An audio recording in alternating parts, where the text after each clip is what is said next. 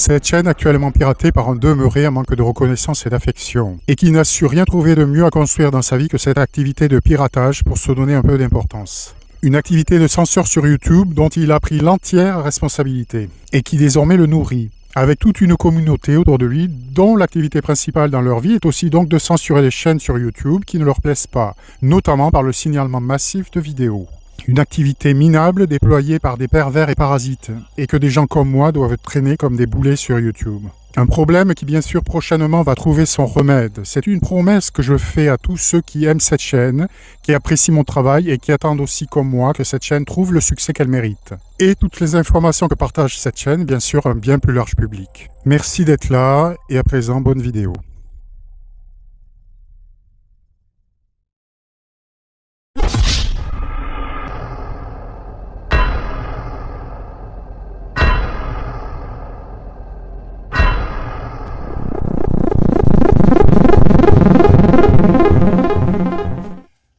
Éclairage meilleur, moins bon, meilleur. Je pense que c'est meilleur. Hop.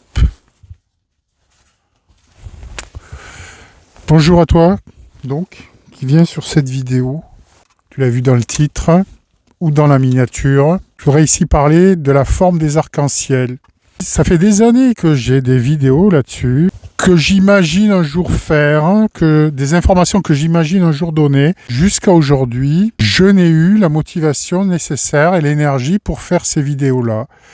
Parce que jusqu'à maintenant, ça me semblait pas scientifique, quoi.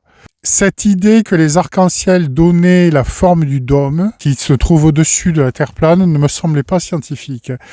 C'est vrai aussi que je suis resté longtemps fébrile sur l'idée de dôme au-dessus de la Terre plane. Parce que, quand on dit aux gens que la Terre est plate, déjà, c'est une idée qui passe mal. Et quand on leur dit qu'il y a un dôme au-dessus de la Terre plate, c'est une idée aussi qui est compliquée à faire passer. Encore plus peut-être. Je vais te dire qu'aujourd'hui, j'en ai plus rien à foutre de ce qu'on peut bien penser de mes idées et de ce que j'avance. Je sais que c'est la vérité et donc je la dis. Et il se trouve que non seulement le fait de parler de dôme pour moi est une évidence au-dessus de la Terre plate, cette chaîne a déjà mené des preuves de ça au travers de vidéos et de films qui ont été prises par les Américains sur ces fusées qui s'inclinent peu à peu au fur et à mesure qu'elles quittent le sol. Toutes s'inclinent. La raison pour laquelle vous pouvez toujours trouver des vidéos de fusées de la NASA décoller et ensuite décrire lentement un arc en U, ce n'est pas parce qu'elles tournent autour d'un globe et passent de l'autre côté ou s'envolent dans l'espace. C'est parce que peu après le décollage de ces fusées financées par vos impôts, elles n'ont qu'un certain temps avant de s'écraser sur la Terre, faute de carburant, parce que tout le reste est inventé. La raison pour laquelle ils les lancent toujours près de l'océan, au Texas ou en Floride. On ne lancera jamais de fusées depuis le centre du pays. Elles n'atteindraient pas l'océan et s'écraseraient sur la terre ferme, ok? C'est pourquoi la NASA doit lancer ses fusées depuis le Texas ou la Floride, parce que c'est en bordure d'océan. S'ils voulaient lancer une fusée depuis Little Rock en Arkansas, elle n'atteindrait même pas Cap Canaveral. Toutes s'inclinent comme ça et finissent par racler, certaines d'entre elles raclent le dôme. Et on voit, je vais te mettre quelque part ici, ces images, et on voit comme la traînée d'un bateau derrière la fusée. Eh bien Dave, la fusée Falcon 9 de SpaceX va décoller depuis la base aérienne de Vandenberg. Le lancement est prévu dans 1 minute environ, peut-être un peu moins ici. Voyez la traînée qu'elle laisse derrière elle, absolument incroyable. Pour vous le décrire, je peux la voir, mais depuis le sol, on dirait presque... Certaines de ces fusées raclent le firmament, un peu comme un bateau tirant quelque chose sur l'eau. On voit ce qui ressemble à un hors-bord naviguant sur l'eau. On voit la fusée percuter le firmament et exploser comme de l'eau, puis frôler la surface du firmament. Pourquoi?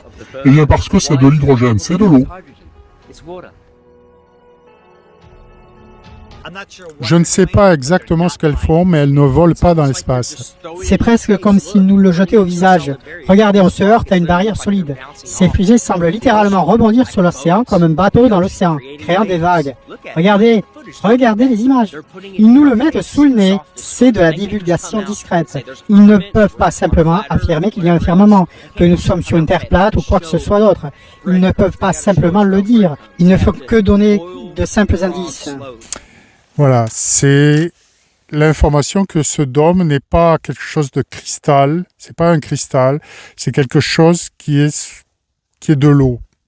On a de l'eau au-dessus de la Terre. Un lancement de fusée intéressant fut celui de la fusée GoFast, parce qu'ils nous ont offert quelque chose que la NASA et SpaceX ne nous offrent jamais. Un flux continu d'images du lancement provenant de leurs caméras. Si vous regardez un lancement de la NASA ou de SpaceX, il y a toujours 4, 5, 6 coupures avant même que la fusée ne quitte la rampe de lancement. Et celle-ci nous a donné une distance de 115 km sans interruption. Elle est montée et tout d'un coup, elle a fait un bruit d'entrée dans un liquide en heurtant quelque chose. Il est monté, il semble avoir heurté le firmament.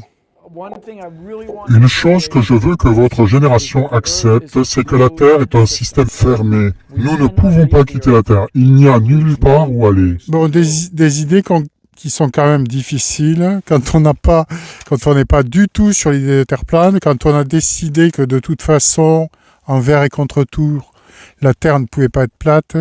C'est sûr que ce sont des idées qui sont complètement hors champ du possible. Cela dit, cette chaîne, comme tu le sais, a décidé de ne pas se préoccuper des incurables. Alors aujourd'hui donc, eh bien cette idée d'arc-en-ciel, de forme de l'arc-en-ciel, qui est en fait donnée par la forme du dôme, pour moi est une évidence. J'ai déjà fait aussi une vidéo que je vais mettre ici. Je fais une traduction d'une vidéo de David Weiss au sujet de ce qu'est le Soleil. Et pour moi, c'est la meilleure idée qui soit de ce qu'est le Soleil sur la Terre plate. À savoir un projecteur qui se trouve derrière le dôme, au-dessus du dôme. Et c'est la raison pour laquelle la lumière du Soleil nous arrive dispersée, sous forme de couleurs, n'est-ce pas?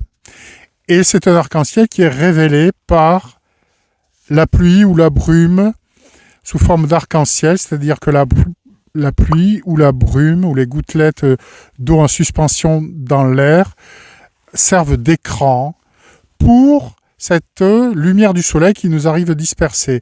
Pourquoi dispersée? Parce que le projecteur du soleil se trouve au-dessus du dôme. Et donc la lumière de ce soleil a traversé le dôme. Et donc elle est dispersée par le dôme. Pour moi, c'est la vérité. Pour moi, jusqu'à preuve du contraire, le soleil, c'est ça. Et les arcs-en-ciel entrent tout à fait dans cette logique d'un projecteur qui se trouve au-dessus du dôme. En plus, il n'y a aucune autre explication pour ce qui est de la forme de l'arc-en-ciel. La science menteuse nous dit que c'est parce que les gouttes d'eau sont sphériques. C'est les gouttes d'eau. C'est absolument faux. J'ai même pas envie d'expliquer pourquoi c'est faux. Il faut avoir un minimum l'esprit scientifique. C'est pas la goutte d'eau, c'est pas les milliards de gouttes d'eau, les millions de gouttes d'eau qui servent d'écran à l'arc-en-ciel qui peuvent lui donner cette forme-là. Et c'est démontré dans cette vidéo qui arrive, là, dans les vidéos qui arrivent. Il y aura 2 parties. La deuxième est absolument passionnante. Vraiment, va jusqu'à la deuxième partie. La deuxième partie est passionnante. La première l'est aussi parce que c'est elle qui avance le mieux cette idée que la forme de l'arc-en-ciel est donnée par la forme du dôme, avec là aussi des preuves par l'expérience. La physique, c'est une science d'expérience. Il n'y a que depuis quelques années où on a ces matheux, ces mathématiciens qui viennent donner des leçons aux physiciens pour savoir ce qu'est le monde. Mais ça, c'est tout nouveau. Hein. C'est parce que, à un moment donné, la science a été prise et a été utilisée pour le mensonge qu'aujourd'hui, on fait passer devant les mathématiques, devant la science. La science physique, c'est une science expérimentale. C'est aussi la science que j'ai enseignée au lycée pendant 25 ans. C'est une science expérimentale. Pourquoi pourquoi on a pris les maths et pourquoi on fait courir les maths devant la physique pour expliquer ce qu'est notre monde? Parce que dans le but de faire mentir la science, dans le fait de faire mentir la physique. C'est la raison pour laquelle la physique aujourd'hui est de plus en plus détachée du bon sens, du sens commun, parce qu'elle est utilisée pour le mensonge. Et on utilise ces maths, cette toute-puissance des mathématiques, sans avoir jamais expliqué pourquoi les mathématiques nous diraient mieux que l'expérience et le sens commun de ce qu'est le monde. Demandez aux matheux de nous l'expliquer. Demandez aux matheux de nous l'expliquer, ça. Ils ne sauront pas vous l'expliquer. C'est parce que les mathématiques sont faites pour fabriquer des logiques. C'est une fabrique de logique, les mathématiques. C'est comme, je compare ça dans d'autres vidéos que j'ai fait sur cette chaîne, aux échecs. Les échecs, ça sert à rien. Le jeu d'échecs, ça sert à rien. C'est une logique qui ne sert à rien, qui développe même, je pense, un monde dans la tête qui ne sert à rien. C'est un sport, en fait. C'est un sport. C'est comme sauter à la perche, ça ne sert à rien. Dans la vie, ça ne sert à rien. Ce que tu as compris l'idée que j'avance ici, ça ne sert à rien. Eh bien, les échecs, ça ne sert à rien. Eh bien, les mathématiques, ça ne sert à rien non plus. Il faut le savoir, ça ne sert à rien. Tant que ça n'est pas appliqué à quelque chose, à la réalité, ça ne sert à rien. Les statistiques, ça ne sert à rien. Les statistiques, c'est pareil. On les utilise beaucoup pour faire mentir la réalité. Eh bien, les mathématiques, on s'en sert beaucoup aujourd'hui pour faire mentir la physique, énormément. Pour nous donner une fausse idée de ce qu'est notre monde et de ce qu'est la réalité. J'ai étudié ce système-là, je l'ai enseigné et j'en suis sorti. Tout ça pour dire quoi? Tout ça pour dire que la forme de l'arc-en-ciel en forme de dôme n'est pas donnée par les gouttes d'eau, c'est un mensonge par la science. Il va falloir que la science trouve autre chose pour qu'on puisse la croire. Et la meilleure explication qui soit, c'est celle qui est donnée maintenant, ici, dans cette vidéo, donc par des platériens américains. C'est en 2 parties et avec 2 types de preuves qui sont données, des preuves expérimentales. Encore une fois, l'expérience, c'est la physique. La physique, c'est de l'expérience. C'est une science expérimentale. Ok? C'est un peu l'idée de cette introduction que je voulais faire passer. Avais-je d'autres choses à dire? Je crois pas. Voilà, donc, régale-toi avec ces preuves. Like cette vidéo, je te prie, si tu l'as aimé. Et à très bientôt sur cette chaîne. Bye.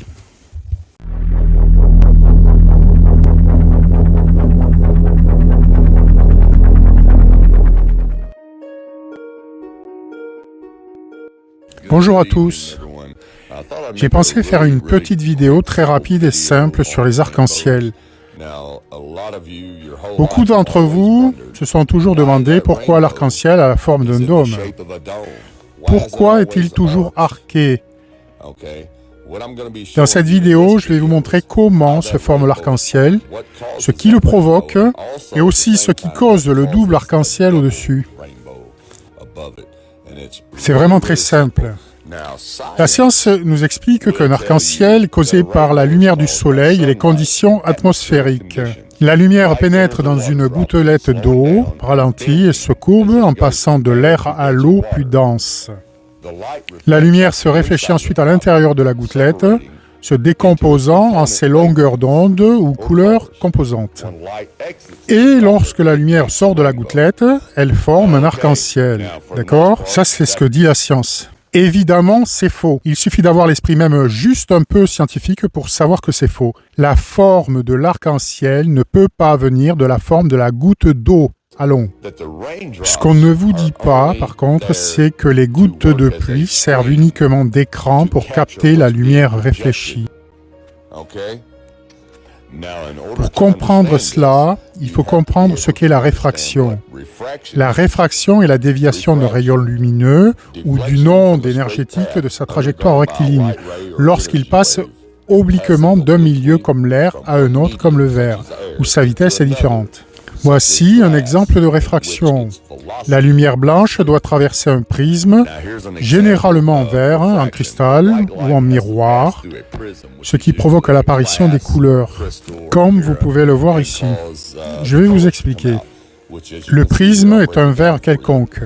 La lumière doit traverser ce verre et se réfracter, ce qui crée les couleurs que vous voyez ici, dans l'arc-en-ciel. Bien. Maintenant que vous comprenez ce qu'est la réfraction, je vais vous montrer comment se forme cet arc-en-ciel. Il faut bien comprendre, et nous le savons tous, que nous n'avons jamais vu d'arc-en-ciel parfaitement rectiligne. Nous n'avons jamais vu d'arc-en-ciel qui monte, qui descend, autrement dit vertical, qui va de gauche à droite ou même en diagonale. Il a toujours la forme d'un arc, d'un dôme. Alors, voici ce qu'il faut retenir.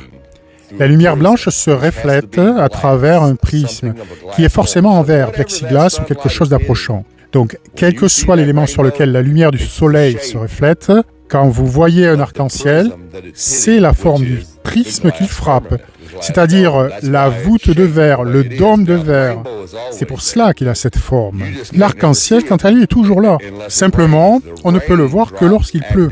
Les gouttes de pluie agissent comme un écran. Imaginez que vous projetiez un film. Il pourrait être projeté toute la journée, mais sans écran pour refléter la lumière, vous ne le verriez pas. Ce qu'il faut comprendre, c'est que l'arc-en-ciel est toujours présent. Mais on ne le voit que lorsqu'il pleut, car la pluie fait office d'écran. Regardez, par exemple, il y a toujours un arc-en-ciel ici. Maintenant, si je prends ce tuyau d'arrosage et que je le mets en mode brumisateur, la brume crée un écran d'eau dans l'air et révèle l'arc-en-ciel, le reflet. Remarquez, même ici, à l'endroit où je me trouve, la forme reste celle d'un dôme. Elle est arrondie car c'est la forme du prisme sur lequel le soleil se reflète pour former cet arc-en-ciel. C'est vraiment très simple. Et comme je l'ai dit, et c'est aussi en 3D, vous savez, peu importe la direction dans laquelle vous tournez, cet arc-en-ciel est toujours là tant que la brume d'eau crée l'écran. Alors, vous me suivez ? Si oui, maintenant, je vais vous amener plus loin dans le terrier du lapin. Vous pensiez être réveillé avant ? Après vous avoir montré ça, vous le serez vraiment. Bien, voici un arc-en-ciel au-dessus de l'océan. Maintenant, ce sur quoi je veux attirer votre attention, c'est le reflet de l'arc-en-ciel sur l'eau. Remarquez comment les couleurs sont inversées. Remarquez comment les couleurs s'inversent par rapport à l'arc-en-ciel original lorsqu'elles se reflètent dans l'eau. Nous savons donc intuitivement qu'il s'agit d'un reflet de l'arc-en-ciel. Par conséquent, les couleurs s'inversent automatiquement. Tout comme si vous et moi, nous regardions dans un miroir. Le côté gauche de votre visage deviendrait le côté droit, n'est-ce pas? Bien, maintenant que vous comprenez cela, regardez le double arc-en-ciel. Regardez l'arc-en-ciel situé à l'extérieur de l'arc-en-ciel original. Regardez comment les couleurs sont inversées, exactement lorsque vous avez vu l'arc-en-ciel au-dessus de l'eau. C'est parce que le firmament est le prisme de verre qui reflète l'arc-en-ciel original.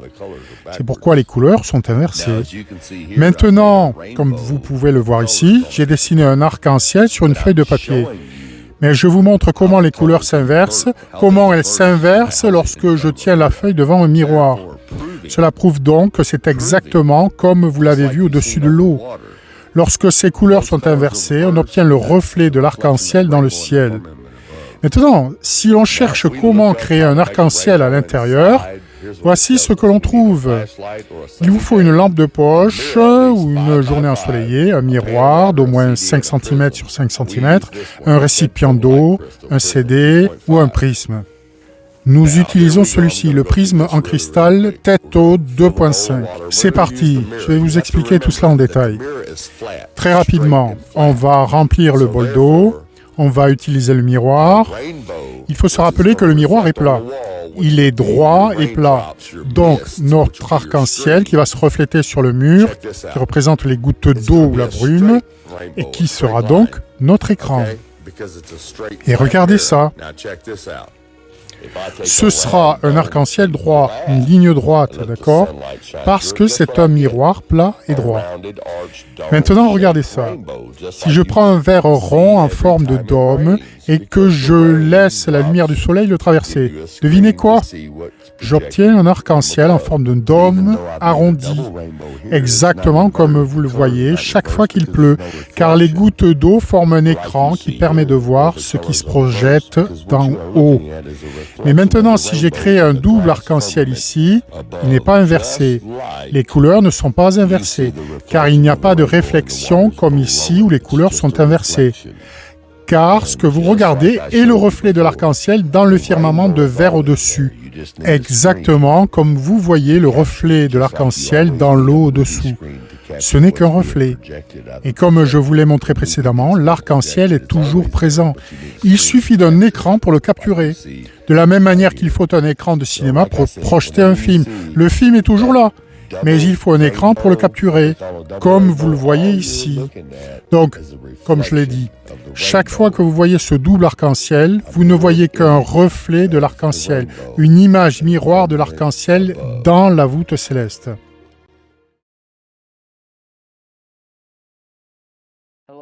Bonjour à tous, bienvenue. Je voulais partager avec vous quelque chose de fascinant concernant la voûte céleste et nos soupçons quant à sa hauteur. Supposée plus basse à mesure qu'on s'éloigne du sol vers l'Antarctique et plus élevée vers le centre du monde, notamment en Alaska ou au pôle Nord.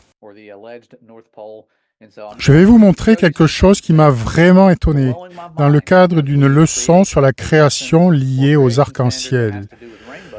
Nous avons mené des expériences en laboratoire sur les ingrédients nécessaires à leur formation, en les comparant au modèle biblique de la Terre et au modèle de la Terre sphérique, notamment à leur forme générale en dôme.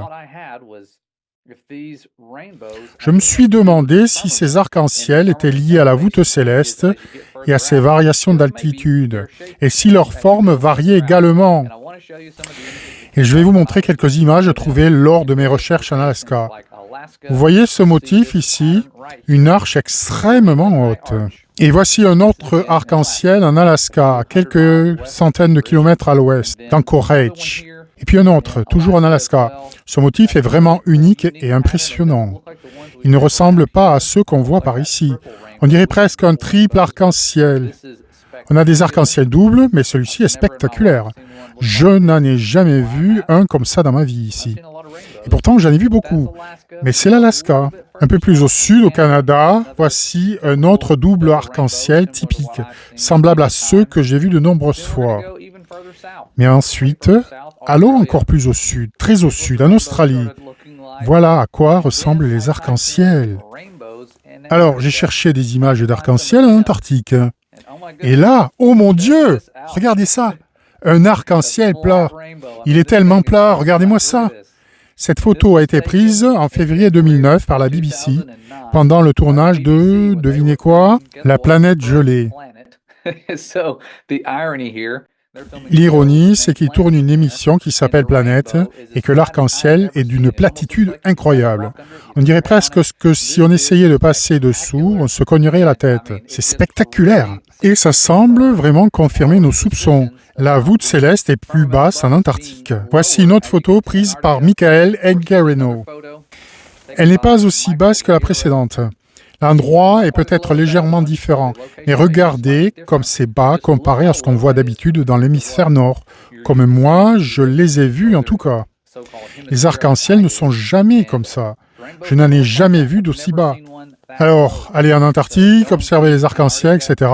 Je sais qu'ils vont bientôt mener leur soi-disant expérience finale, qui n'est qu'une simple observation. Et je constate qu'il existe d'innombrables observations qui semblent prouver que la Bible a raison. Et mettre cela à l'épreuve est passionnant. Confronter les paroles de la Bible à la réalité et y prendre plaisir, on trouvera de nombreuses preuves. Lorsqu'on tente de confronter la sagesse du monde et la mettre à l'épreuve, les preuves s'effondrent, car les religions disent la vérité sur sa création. Aucun scientifique ni mathématicien n'est venu décrypter la Bible. Ces paroles sont vraies. Les prophéties se réalisent en ce moment même, et nous avons la chance de vivre à une époque où nous sommes témoins de ces événements. Nous savons, grâce aux révélations, que des tromperies sont encore à venir. Voilà, je trouvais cela absolument fascinant. J'ai hâte de voir ce que vous découvrirez en vous penchant sur la question, car je peux me tromper. Ce ne sont que des images que j'ai trouvées en tapant ces lieux et en cherchant des arcs-en-ciel. Si je me trompe, tant pis. Mais j'ai le sentiment qu'il y a quelque chose de vrai là-dedans.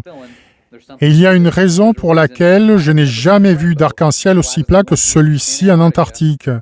Cela est lié à la structure qui nous surplombe. C'est probablement pourquoi, pour créer un arc-en-ciel incurvé en laboratoire, il faut une surface courbe. Qu'il s'agisse d'un verre d'eau incurvé, traversé par les rayons du soleil, ou d'un miroir incurvé, il vous faut une barrière incurvée pour créer ces arcs-en-ciel incurvés. N'hésitez donc pas à expérimenter avec les arcs-en-ciel en laboratoire. Je trouve cela extrêmement puissant et fascinant. J'espère que vous l'apprécierez, car les tromperies s'intensifient et nous avons la chance de posséder ces connaissances. Nous avons simplement besoin de votre aide pour éveiller les consciences. Celles et ceux qui sont capables de discerner les tromperies et de reconnaître la véritable nature du firmament. Merci d'être de véritables et humbles compagnons de route dans cette mission. À bientôt.